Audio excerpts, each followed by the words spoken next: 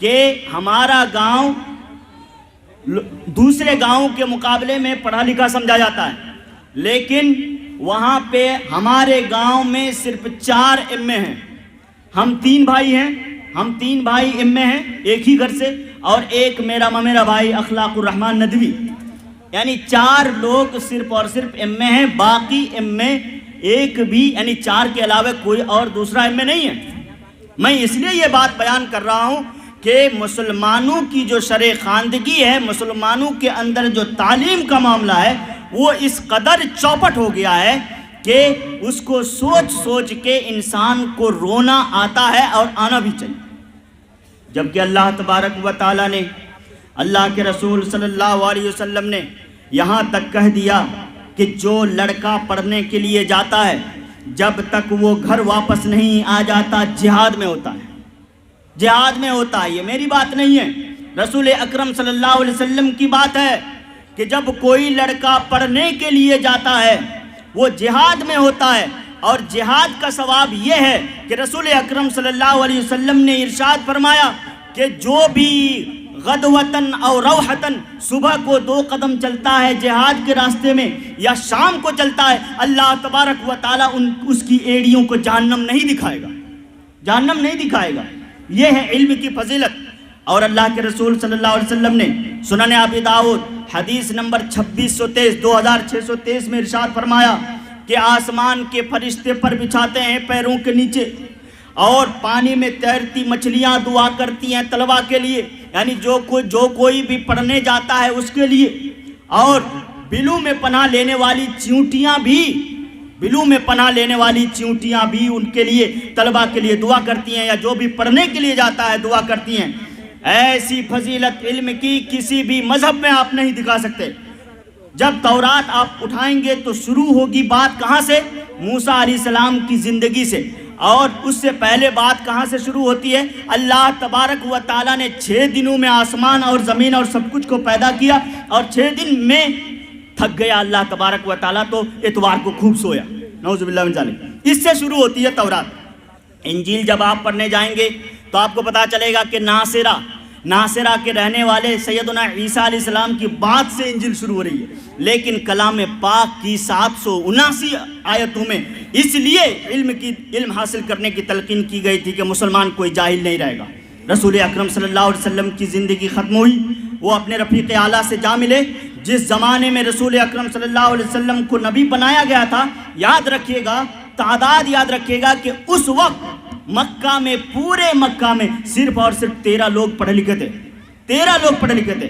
رسول اکرم صلی اللہ علیہ وسلم کی زندگی ختم ہوئی اور ان کا انتقال ہوا 50 سال کے بعد۔ پوری دنیا میں مسلم قوم سب سے زیادہ پڑھی لکھی ہو گئی، اور نہ صرف یہ کہ پڑھی لکھی ہو گئی بلکہ پوری دنیا اور دنیا کے کونے کونے میں علم کی مشعل لے کر چلے گئے۔ فقہا، علماء، سائنٹسٹ، سارے لوگ۔ آج دنیا کہتی ہے کہ 1903 میں رائٹ برادران نے، ارول رائٹ اور ارونگ رائٹ 2 بھائی تھے، لوگ کہتے ہیں کہ انہوں نے، کسی بھی اسکول کے طالب علم کو پوچھ لیجئے، کہے گا کہ جہاز کا موجد کون ہے، جہاز کا موجد کون ہے، تو وہ بتا دے گا کہ رائٹ برادران ہیں، رائٹ برادرز ہیں۔ لیکن میں آپ کو بتاؤں کہ 800 سال پہلے عباس بن فرناس اندلوسی نام کا ایک شخص تھا، اسپین میں 336 ہجری میں 100 فٹ تک وہ اڑا تھا اپنے غبارے میں، اپنا جہاز بنا کے۔ لیکن مسلمانوں نے ان کی تحقیق کو آگے نہیں بڑھایا، بلکہ یہ سوچ لیا کہ یہ غلط کر رہا ہے، فطرت کے خلاف کر رہا ہے۔ اللہ تبارک و تعالیٰ نے پرندوں کے لیے اڑنا اور مسلمانوں یعنی انسانوں کے لیے چلنا یہ مقرر کیا ہے، لیکن یہ اڑ رہا ہے، اس لیے اس کی تحقیق کو آگے نہیں بڑھایا گیا۔ لیکن 1903 میں صرف اور صرف 20 فٹ اڑے تھے رائٹ برادران، اور اس کو عیسائی قوم نے اتنا آگے بڑھایا کہ امریکہ میں عام لوگوں کے لیے جو جہاز چل رہا ہے ابھی، وہ آواز سے بھی 10 گنا زیادہ تیز اڑتا ہے، 10 گنا آواز سے بھی زیادہ 10 گنا تیز اڑتا ہے۔ اور اس میں آپ سفر کر سکتے ہیں امریکہ میں، ابھی وہ باہر نہیں ہے جہاز، صرف امریکہ میں ہے، آواز سے 10 گنا زیادہ تیز اڑنے والا جہاز۔ حضرات گرامی، ہوش کے ناخن لیجئے، میں یہ کہتا ہوں اپنے ہاتھ خود ہی دیکھ رہا ہوں پر گئے. میں اپنی بات یہیں پہ ختم کرتا ہوں. والسلام علیکم ورحمۃ اللہ وبرکاتہ. جزاکم اللہ تعالی.